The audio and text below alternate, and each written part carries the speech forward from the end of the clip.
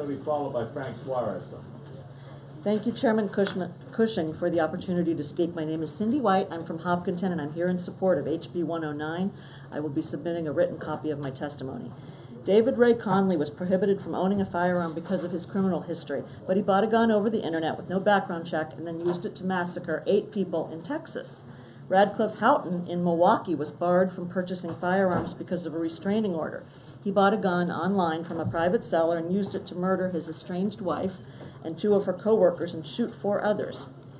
These cases happened in other states, but they could just as easily have happened here because of a gaping loophole in our background check law, in our gun safety laws. Background checks are the foundation of a comprehensive approach to gun violence prevention. Keeping guns out of the hands of dangerous persons is critical and a common sense way to reduce gun violence. We know it is risky to allow felons, domestic abusers, and other prohibited persons to have access to guns. In 34% of mass shootings between 2009 and 2016, for example, the gunman was legally prohibited from possessing firearms at the time of the shooting. Not surprisingly, studies show that stronger background check laws are associated with significantly lower rates of firearms homicides and suicides. New Hampshire needs to step up and join the other states that have adopted a state background check law.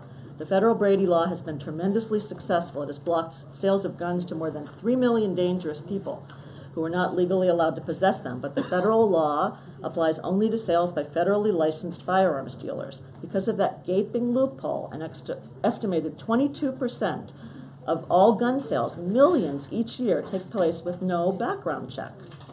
Many at gun shows or over the internet. We need to pass HB 109, which would help close this loophole by requiring background checks for all commercial firearm sales in New Hampshire.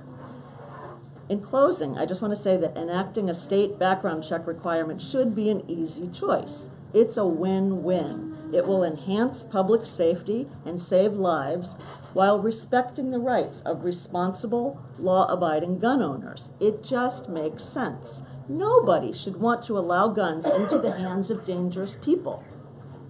And almost nobody does want that.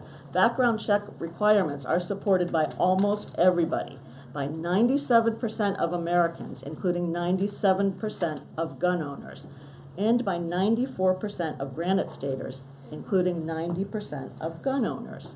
I ask you to do the right thing and vote for HB 109, and I have a copy of my testimony to submit. Thank you. Please give the clerk.